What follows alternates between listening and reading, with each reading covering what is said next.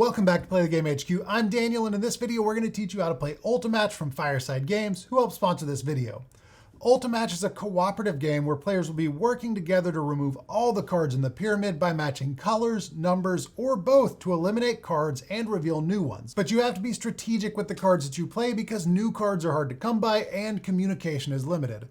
There's also a solo mode, which we'll cover at the end of the video. The deck is made up of 48 cards numbered 1 through 8 in 6 different colors, and there's no repeated cards. To set up the game, shuffle the deck and then deal out the cards into a pyramid with 5 rows for 1 to 3 players and 6 rows for 4 to 5 players. All of the cards need to be face down except for the last row, and each card above the bottom row should be overlapped by the 2 cards below it. Next, deal out cards to each player face down. The number of cards each player gets depends on the player count. 6 cards each for 2 players, 4 cards each for 3 players, 5 cards for 4 players, and 4 cards for 5 players. You can look at your cards but don't show them to any of the other players. Put the rest of the cards next to the pyramid for the draw pile. Once everyone has their cards, it's time to make the shared Alta hand. Each player donates 1 card from their hand face down, and then once everyone is donated, you can reveal the cards and line them up below the pyramid where everyone can reach them.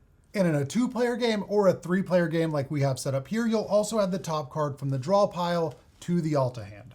The player who donated the highest card to the Alta hand goes first, and players are going to take turns going clockwise around the table until you either win by clearing the entire pyramid or lose when all of the players pass in a row. At the beginning of each player's turn, all of the other players can offer to trade a card that they think would be helpful to the current player. If you want to offer a trade, hold the card out face down. Trades are silent, so you can't communicate verbally, but you can communicate the strength or nature of the card with things like facial expressions or body language, or the way that you place the card in front of you. But you can't do anything that would give away the value of the card you're offering or any of the cards on the pyramid that could be cleared with it. If the active player accepts the trade, then they have to give 1 card back in exchange, face down, before they can look at the card that they're receiving. If the active player doesn't have any cards in their hand, they can still accept a card from another player without giving anything back in return. Only 1 trade per turn is allowed, so if on your turn multiple players offer you a trade, you have to choose which player to trade with. But trades are optional, so you can always choose not to accept the card being offered to trade if you don't want to. Now let's talk about how to get rid of this pyramid. On your turn, you can use 1 or 2 cards to match one of the face-up cards on the pyramid. Those cards can come from your hand, the Alta hand, or 1 card from each, but you can only match 1 card in the pyramid per turn.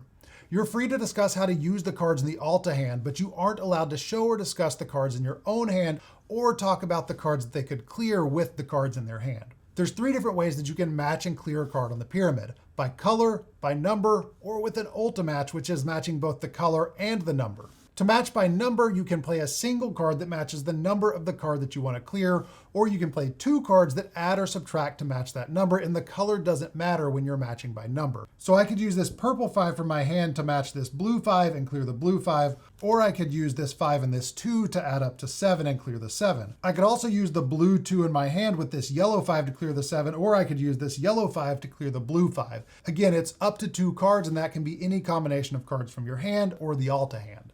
You can also match colors, so I could use this orange 2 to clear this orange 7, even though the numbers don't match. And you can use 2 primary color cards to match a secondary color card. Yellow and red combine to make orange, yellow and blue combine to make green, and blue and red combine to make purple.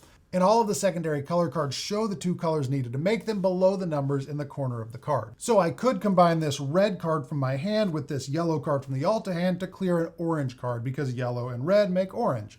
The third and most beneficial way to match is by making an Ultimatch, which is matching both the color and the number of the card. And because there's no repeating cards, this is always going to take 2 cards, but it also gives you a reward at the end of your turn.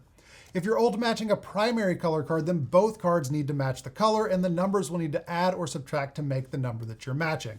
So I could match this blue 3 with this blue 8 to clear the blue 5. They're both blue, and 8 minus 3 is 5, so this would be an Ultimatch for this blue 5. If you're Ultimatching a secondary color card, you can either use 2 cards that match the color or 2 cards that combine to make the color, but in both cases the numbers need to add or subtract to make the number in order for it to be an Ultimatch. So I could combine this blue 8 with this yellow 5 to Ultimatch this green 3, because blue and yellow make green, and 8 minus 5 is 3. If you can't make a match on your turn, then you'll have to pass and you'll draw 1 card at the end of your turn.